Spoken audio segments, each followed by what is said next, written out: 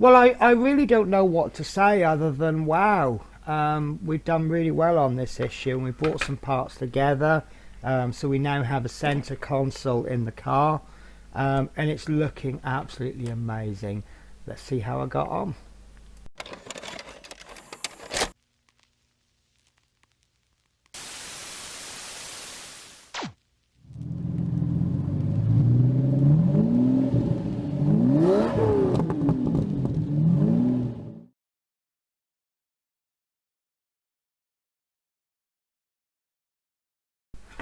So hello, welcome to issue 60 of Build the Jaguar E-type.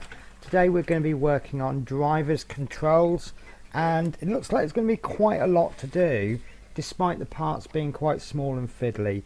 And I have packaged the screws away in the little pots ready to go, and I have undone any bags that we've got just to save a bit of time. So part one is this absolutely beautiful gear lever. That is absolutely amazing. 4-speed gearbox with reverse, obviously. Focus. So part two is the gear lever shroud, and that's this piece. Part three is the center console fascia, which is this piece. Look at that, that's beautiful. Really am happy with the quality of the parts on this. Part 4 is the foot pedals. Now I noticed these all come as one piece, which I find rather interesting, rather than being separate. And then piece 5 is the handbrake lever, and yeah, that's the old-fashioned basic little button on the end there. And then it also comes with JP1 screws, JP4 and JP6. Look how small those JP1s are. So we will begin with, we need to lay out the center console fascia and the two parts of the gear lever. So that is these three pieces here. And what we're going to be doing is adding the gear lever into the shroud, and you can see from the little notch there. Do you know what? My light is in the wrong position again. I keep starting filming with the light in the wrong position. It really doesn't pick up the detail. So you'll see a little notch there, and that can only go into there one way, and that goes in just like that. Look at that. This is obviously meant to be leather, and it looks a little bit plasticky. I am looking for negatives as well as positives. You could always repaint that if you wanted, but to be honest with you, I think because we're going to be looking at that through the car, I think that will be fine. And then that needs to go, fit the lug into the two locating pegs, and the part should fit flush like this. Oh, it needs to go into the center fascia as well, sorry. So it's, I don't know why I keep wanting to place it that way, but it actually goes that way. So you can tell it's the right way because if you look carefully at the gear stick, there we go. So the lighting is the correct way up, and obviously there's the little key notch as well, and there's two locating pegs, and that goes in like so. Look at that, how amazing does that look? And that will be secured with a JP6 screw, which is a big old screw for the size of the part. So holding that down, turn that over, and we'll just secure the screw in the middle. If it ever wants to go. You're not going to believe this, guys. I've got the wrong screw head again.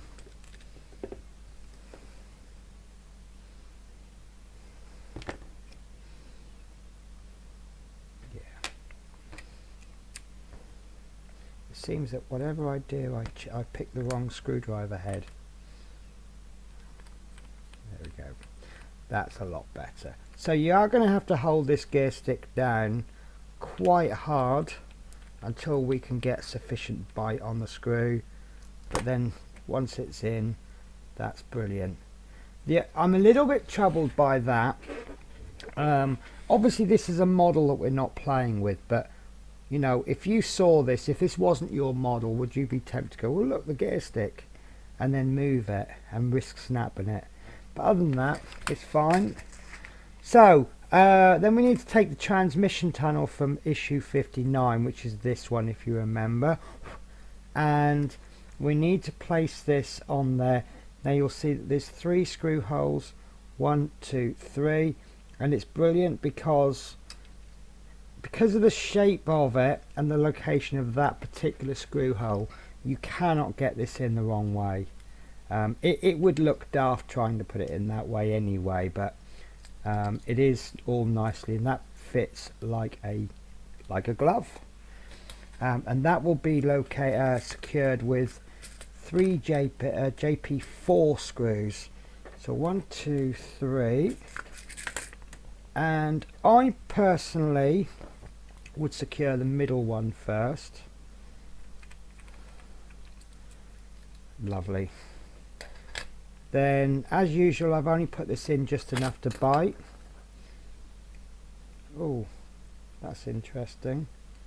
There we go. So as you see, you've got 2 holes there, and it's a case of wondering which one it is. But if you wiggle this up and down, because I've only put this in enough to bite, you can see the silver part in that hole. It's very hard to see on camera, but in that hole there's nothing, so that tells us this is front hole. So this is one of the many advantages of popping a screw in just enough to bite. And yeah, I can feel that there's some bite in there, so I know I've got it in the correct hole. So now we've got our 3rd screw, which we know is this one, and we can drive this one all the way home just until it stiffens up.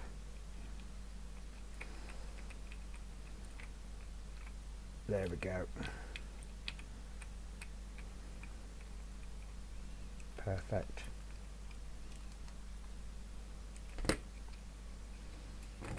And that's not moving. This is superb. I don't know if you remember, but I was concerned that this panel would come out, but by placing this on there, it's locked it into place. So that's one little worry over with, and I keep dropping this. Right, so the next thing we need to do is to take our cockpit floor from stage 58, which is this one. If you remember, we popped the switch into there, and what we will do to finish this issue off is that we will be placing this into the cockpit floor. And note that there's 2 screw holes, one there and one there, which is why we've got these holes there. And right, so where you've put this side piece on, you see you've now got 2 pieces sticking out, and what that does is that creates like a little a guide for it, and that's going to go in there. Now I do have a confession to make.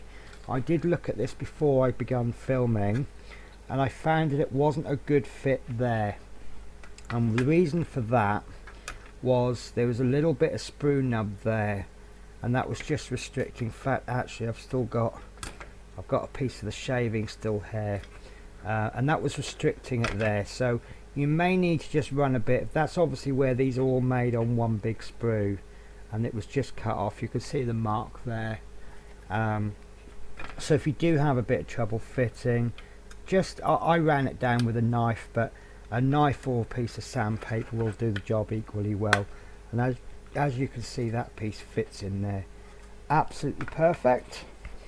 And we will need to secure that in with 2 JP6 screws, which are these big chunky ones that we got, which we use first of all. So that will be secured. Let's have a look. So yes, there, and right, it's a lot of screw holes under here. So there's one there and there's one there. So we'll just pop this one into there, and we'll hope for a bite. That's perfect. And then the second one that can go all the way home until it stiffens up.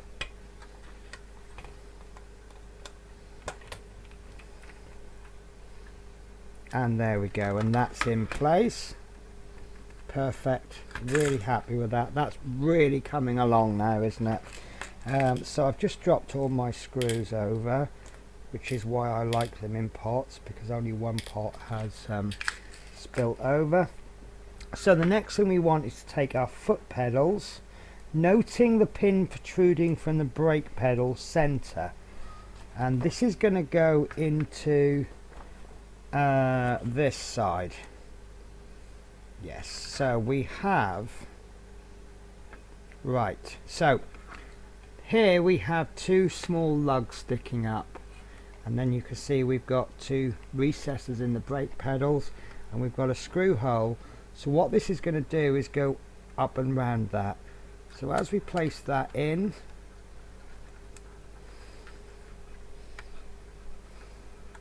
so we place the pedals on as high up as we can. Can you see that those lugs are now in the middle there, and as we bring this down it should expose a screw hole, and there it is, and that will be locked in place with a JP6 screw. And again, another one that I find curious, I would have thought they'd have used a top hat screw here.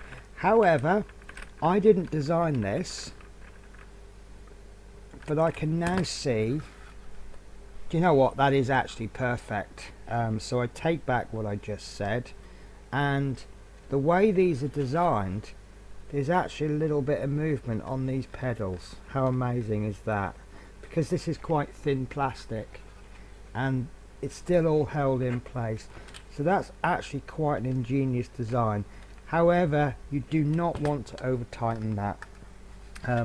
I can see from the hole there that there's going to be a switch going in there later on, so we will get working brake lights. No clutch, obviously the clutch doesn't do anything visibly, and then the accelerator, nothing on that one. So that leaves us with one small piece to do, which is the handbrake, and the handbrake's going to go into there, and that will go in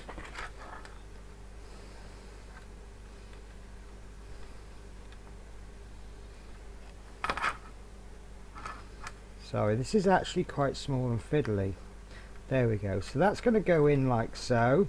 It's not resting properly because it's not screwed in properly, but that will be secured in from the bottom using a JP1 screw, which are these very tiny screws. We have used them once before because when it came to my screw pot, there was one left over. So I suspect that we've used them just the once, since I only have one spare. Not sure if that's actually the right screw size, screw head, but so what I'm going to do is I'm going to hold that down at the base, turn it over, locate the screw hole, and now I'm going to go in very slowly with this one.